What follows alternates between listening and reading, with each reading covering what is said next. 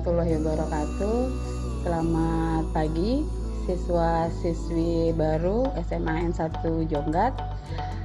Ibu berharap pagi ini kalian dalam keadaan baik, dalam keadaan sehat selama masa pandemi ini.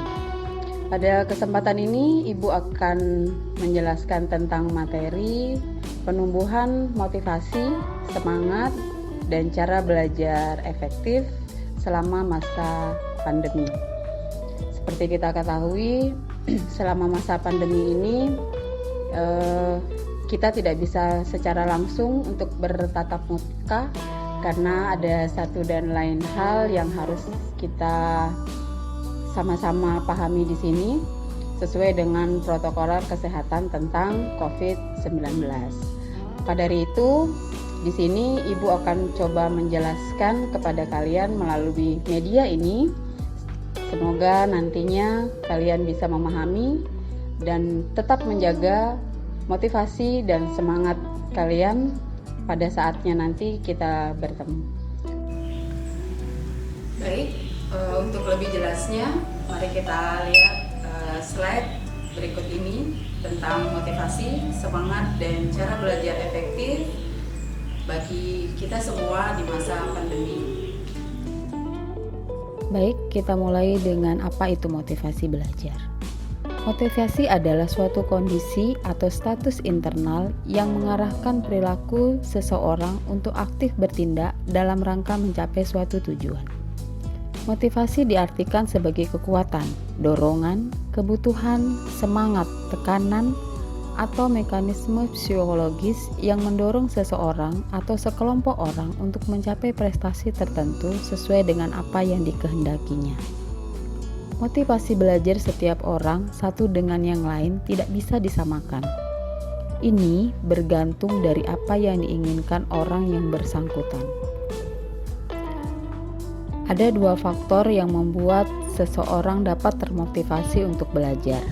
Yang pertama, motivasi belajar berasal dari faktor internal.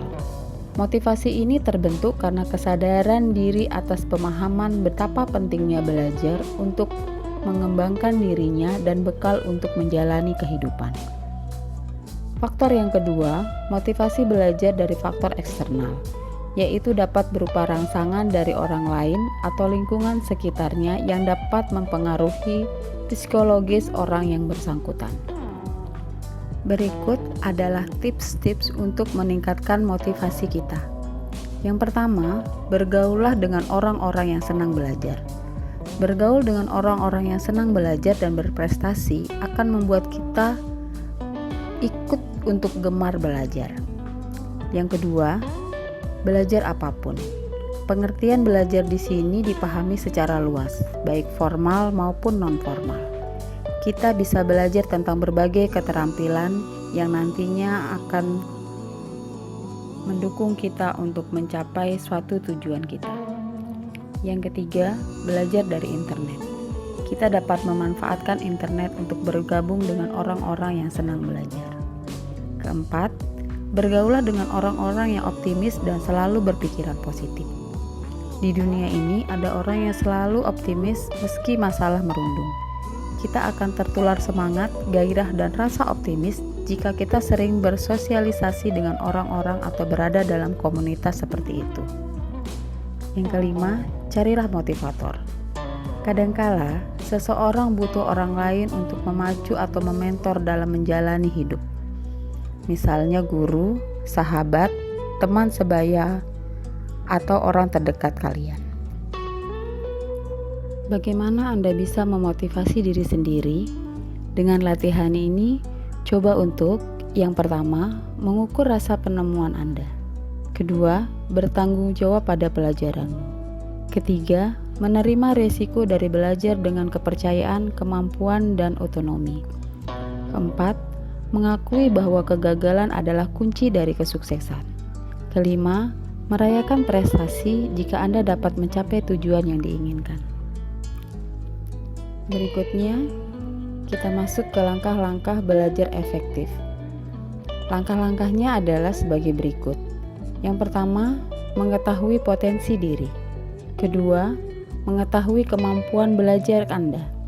Yang ketiga, mengetahui proses berhasil Anda gunakan dan dibutuhkan. Yang keempat, minat dan pengetahuan atas mata pelajaran yang Anda inginkan. Yang perlu diingat, supaya belajar yang kita lakukan menjadi lebih efektif, maka perlu dilakukan pengaturan waktu dalam kegiatan sehari-hari, terutama waktu untuk belajar.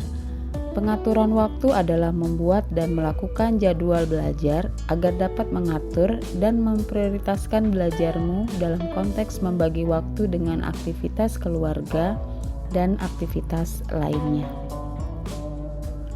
Pedoman untuk membuat waktu belajar. Perhatikan waktumu.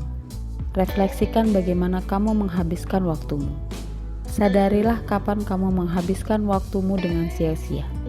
Ketahuilah kapan kamu produktif. Dengan mengetahui bagaimana kamu menghabiskan waktu, dapat membantu untuk membuat daftar kerjaan. Tulislah hal-hal yang harus kamu kerjakan. Kemudian putuskan apa yang akan dikerjakan sekarang dan apa yang akan dikerjakan nanti. Apa yang akan dikerjakan orang lain dan apa yang bisa dikerjakan tetapi dapat ditunda kemudian. Membuat jadwal harian atau mingguan. Catat janji temu, kelas, dan pertemuan pada buku. Selalu mengetahui jadwal selama sehari dan selalu pergi tidur dengan mengetahui kamu siap untuk menyambut esok. Merencanakan jadwal yang lebih panjang. Gunakan jadwal bulanan sehingga kamu selalu bisa merencanakan kegiatanmu lebih awal. Jadwal ini juga bisa mengingatmu untuk membuat waktu luangmu dengan lebih nyaman. Rencana jadwal belajar efektif. Beri waktu yang cukup untuk tidur, makan, dan kegiatan hiburan. Prioritaskan tugas-tugas. Luangkan waktu untuk diskusi atau mengulang bahan sebelum kelas. Atur waktu untuk mengulang langsung bahan pelajaran setelah kelas. Ingatlah bahwa kemungkinan terbesar untuk lupa terjadi dalam 24 jam tanpa review. Jadwalkan waktu 50 menit untuk setiap sesi belajar. Pilih tempat yang nyaman untuk belajar. Rencanakan juga deadline. Jadwalkan waktu belajarmu sebanyak mungkin pada pagi atau siang ataupun sore hari. Jadwalkan review bahan pelajaran mingguan. Hati-hati, jangan sampai diperbudak oleh jadwalmu sendiri. Cara belajar efektif. Ingin sukses dalam belajar? Ingin mendapatkan suatu cara efektif untuk belajar dengan menyenangkan? Berikut ini adalah 7 langkah yang dapat kamu lakukan dan kembangkan sendiri yang diadaptasi dari buku 7 Habits of Highly Effective People karangan Stephen Covey. Yang pertama, bertanggung jawab atas diri sendiri.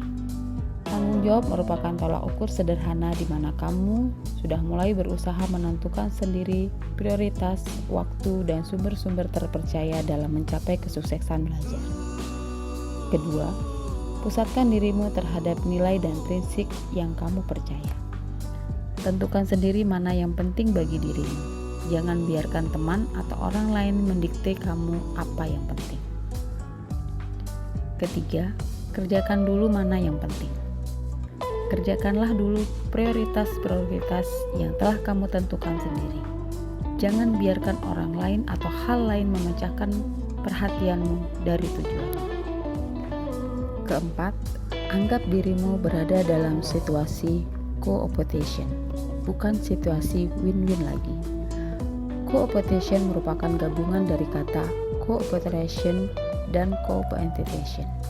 Jadi, selain sebagai teman yang membantu dalam belajar bersama dan banyak memberikan masukan atau ide dalam mengerjakan tugas, anggaplah dia sebagai sainganmu juga di dalam kelas. Dengan begitu, kamu akan selalu terpacu untuk melakukan yang terbaik di dalam kelas. Kelima, pahami orang lain, maka mereka akan memahamimu. Jika kamu ingin membicarakan suatu masalah akademis dengan guru, misalnya mempertanyakan nilai matematika atau meminta dispensasi tambahan waktu untuk mengumpulkan tugas, tempatkan dirimu sebagai guru tersebut. Nah, sekarang coba tanyakan pada dirimu, kira-kira argumen apa yang paling pas untuk diberikan ketika berada dalam posisi guru tersebut?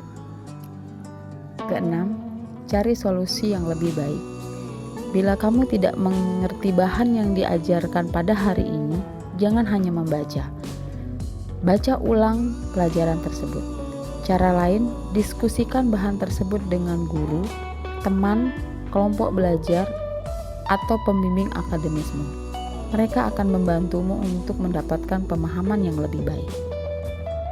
Terakhir, tentang dirimu sendiri secara berkesinambungan.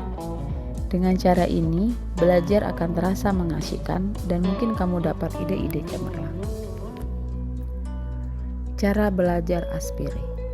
Ada salah satu tips dalam mengembangkan sistem belajar yang efektif dan efisien. Sistem belajar ini dikenal dengan Aspire, yang terdiri dari pertama, pemahaman.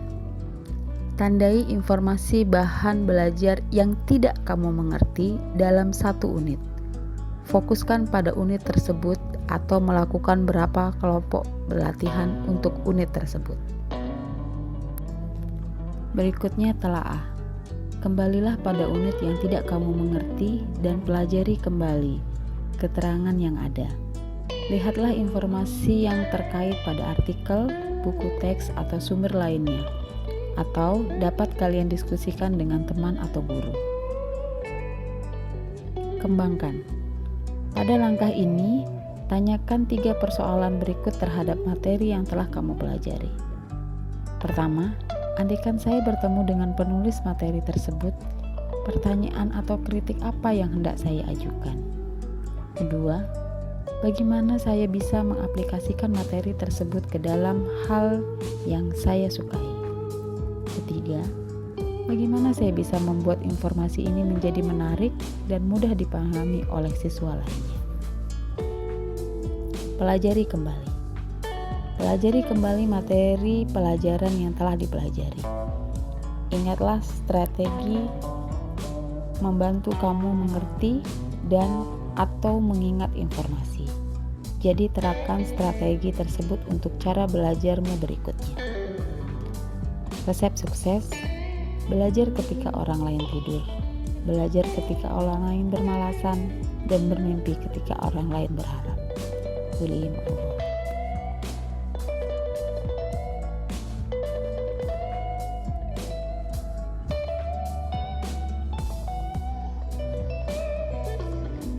Demikian penjelasan Ibu singkat tentang motivasi, semangat, dan cara belajar efektif. Semoga kalian bisa memahaminya dengan baik. Ibu berharap kita bisa bertemu dalam waktu singkat. Selamat datang di SMAN 1 Jonggak. Rindu Ibu pada kalian. Terima kasih. Assalamualaikum warahmatullahi wabarakatuh. Selamat pagi.